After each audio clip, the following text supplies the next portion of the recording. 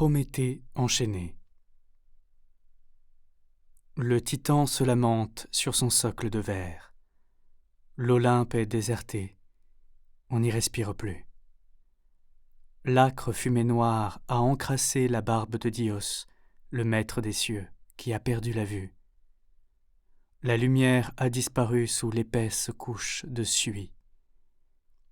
Les sulfures se fixent dans les volutes doriques des colonnes, qui pourrissent, qui s'effritent, se délitent.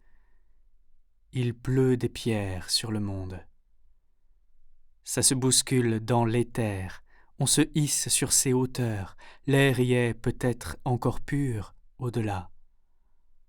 Éole est à la traîne. Il crache ses poumons pleins de crabes, ses bronchioles éclatent, son souffle claque des tempêtes acides.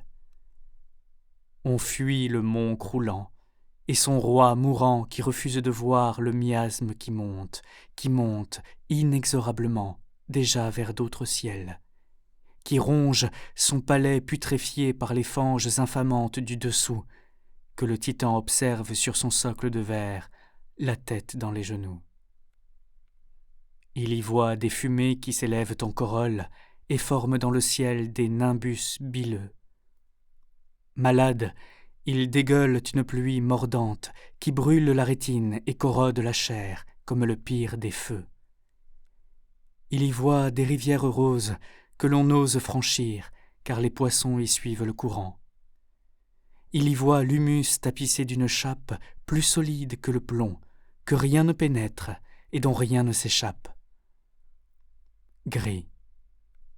Tout est gris. Le sol s'asphyxie, les vers sont mis en bière. Il y voit d'étranges pyramides qui ne consacrent ni Dieu ni terre. Elles s'empilent au rythme frénétique de la cadence productive. Cliquetis, cliquetis qui cumulent, qui produisent, vite. Elles grandissent, grossissent, vite. Elles avancent, colonisent, vite. Des parsecs prennent de la place, tic-tac, tic, vite, et forment des empires plus vastes et plus terribles que les cités antiques d'Hatchepsout ou Pachacutec. Du haut de leurs tombeaux de pierre, les vieux Maas pâlissent devant ces montagnes aux 1000 couleurs, qui nulle part ne s'enracinent et s'effanent au moindre vent, qui vont, feuilles mortes, se poser dans l'océan. Et le maître des mers pleure en éventrant les baleines, rempli de ces lambeaux aux allures de méduses qui étouffent les vivants. Il y voit d'immenses hécatonchires aux 100 bras d'acier, qui percent, qui brûlent, qui cisaillent, qui coupent sans cesse, Gaïa profanée. Pilleurs insatiables, ils forent des gouffres affolants dans son sein, ravissent le sang noir, naphte ardent qui l'émeut. Ils l'épuisent jusque dans les profondeurs des enfers, avec avidité pour mieux la soumettre. Ils l'ont domestiquée, elle, pourtant née du chaos primordial. Ils la ravagent, anéantissent le sauvage, et laissent, derrière leur passage, des carrés de culture. Oimoï, oimoï, murmure la mer. Laissez donc mes forêts, arrêtez vos assauts. J'en viens à regretter le terrible Ouranos. Au moins de ces outrages quelque chose naissait. Regardez-moi, stérile, sur ma peau rien ne pousse. Car il y voit, c'est vrai, la vie qui s'amenuise. Elle, de tout temps, de tout lieu, elle, de tout possible, recule. Elle en a presque honte, mais que peut-elle donc faire? Elle prévient si souvent. De ses vagissements éclatent des typhons, sa rage sèche la terre, la mer déborde de ses larmes.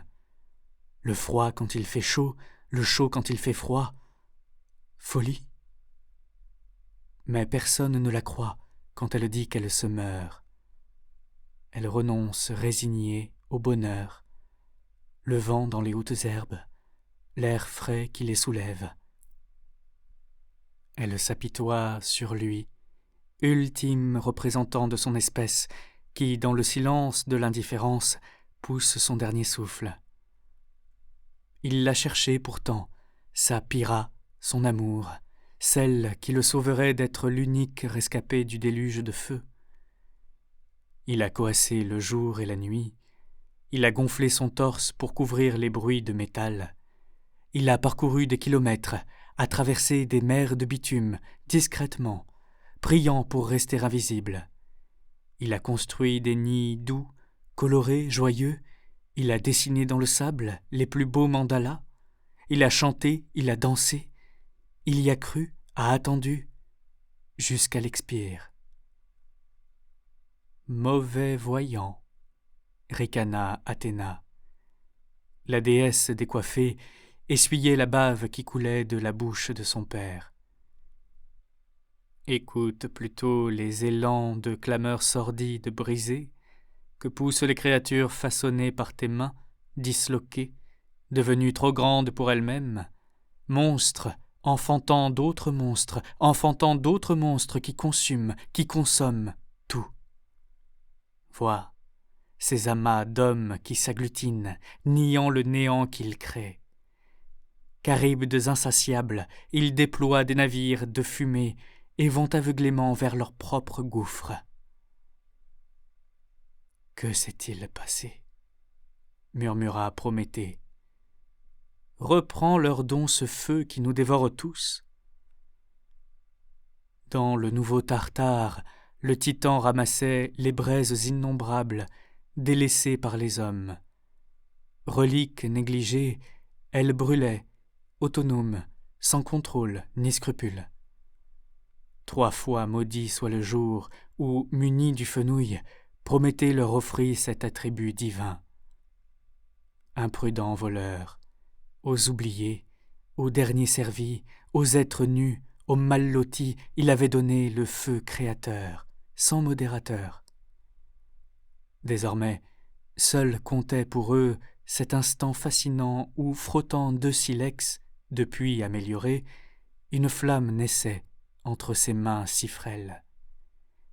Jouir de cette infime seconde où l'on est l'impulsion du nouveau, où l'on crée autre chose que soi-même. Quant aux conséquences, on verra plus tard. Quant aux conséquences, on verra trop tard. Enivré, on allume à la chaîne, et même si tout se déchaîne, on allume encore, et on laisse fuir la flamme qui nous échappe, car malgré les ajouts, malgré les artefacts, les mains restent frêles, et l'âme minuscule.